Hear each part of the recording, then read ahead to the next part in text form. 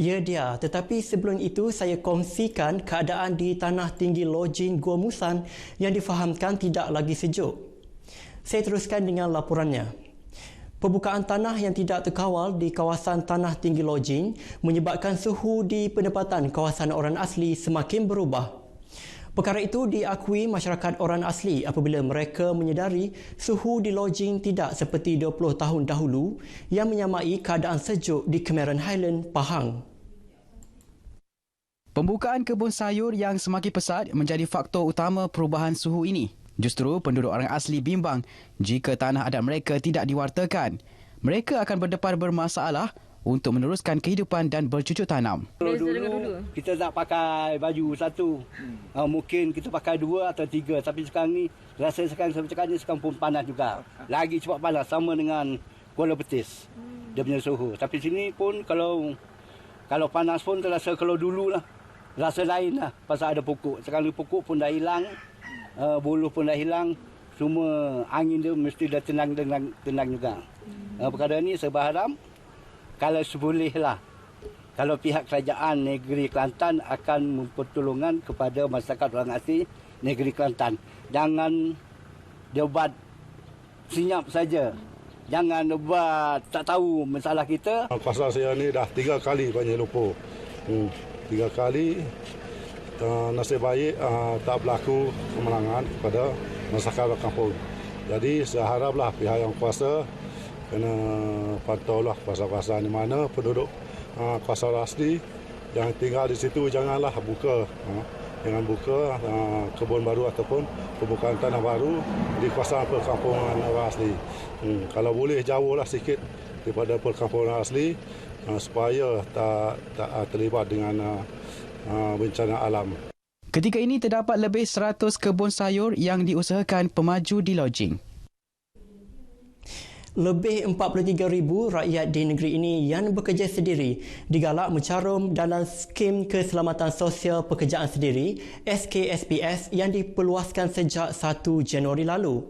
Pengarah Pertubuhan Keselamatan Sosial Pekeso Kelantan, Nora Yaakob berkata, peluang itu harus dimanfaatkan demi memberi perlindungan kepada diri sendiri serta keluarga sekiranya berlaku sebarang perkara yang tidak diingini. Skim tersebut diwajibkan dalam sektor pengangkutan penumpang iaitu pemandu teksi, e-hailing dan pemandu bas. Namun bermula tahun ini, ia telah diperluaskan kepada 19 sektor lain antaranya perniagaan dalam talian, teknologi maklumat, perhutanan, peternakan dan kesenian. Di mana 19 sektor telah kita perluaskan untuk kita masuk Perkeso. Jadi dengan adanya 19 sektor ini dah tak ada sebab kenapa kita tak boleh orang kata mencarum. Jadi tak ada sebab dan tak ada siapa pun yang terkecuali. Melalui caruman serendah RM13.10 sebulan, pecarum akan menerima pelbagai faedah antaranya perubatan, hilang upaya sementara dan kekal, faedah orang tanggungan serta pengurusan mayat. Individu yang ingin mendaftar sebagai pecarum SKSPS boleh hadir ke pejabat Pekeso atau melayari laman web.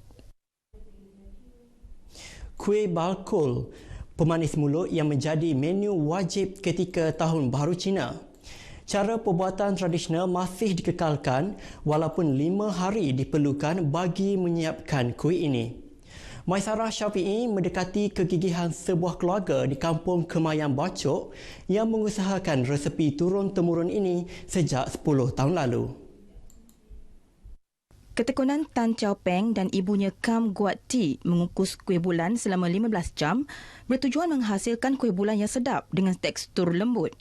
Peng, generasi kelima yang meneruskan usaha pembuatan secara tradisional dengan penuh kesabaran di samping perlu akur dengan pantang larang tertentu supaya kuih bakul dihasilkan adalah yang terbaik. Beras pulut perlu dibilas berulang kali seterusnya direndam semalaman. Aspek kebersihan sangat penting bagi memastikan kuih bakul tahan lama. Uniknya beras pulut dikisar hingga hancur menggunakan pengisar batu yang digunakan keluarganya zaman berzaman.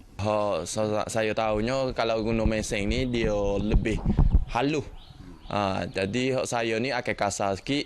Mungkin dia beza dari segi tekstur dia ke, lembut dia ke, gitulah saya pun lebih mendalam tu saya tak tahulah.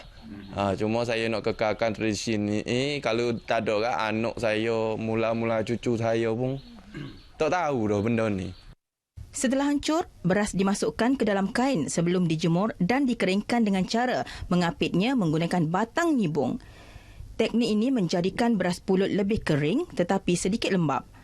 Kemudian ia digaul dengan gula hingga sebati sebelum dimasukkan ke dalam acuan yang dilapik daun pisang untuk membangkitkan aroma lebih wangi. Selepas itu, acuan akan dikukus selama 15 jam. Sepanjang proses mengukus, pantan larang tertentu perlu diamalkan seperti tidak banyak bertanya kerana ia dikatakan boleh menyebabkan kuih menjadi keras atau tidak masak.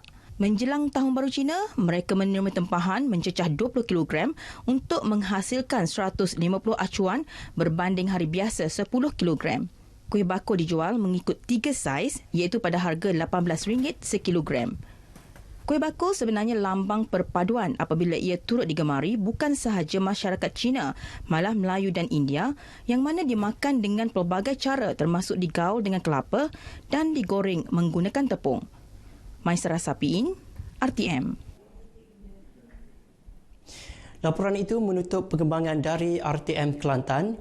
Dia kembali semula bersama anda untuk berita selanjutnya.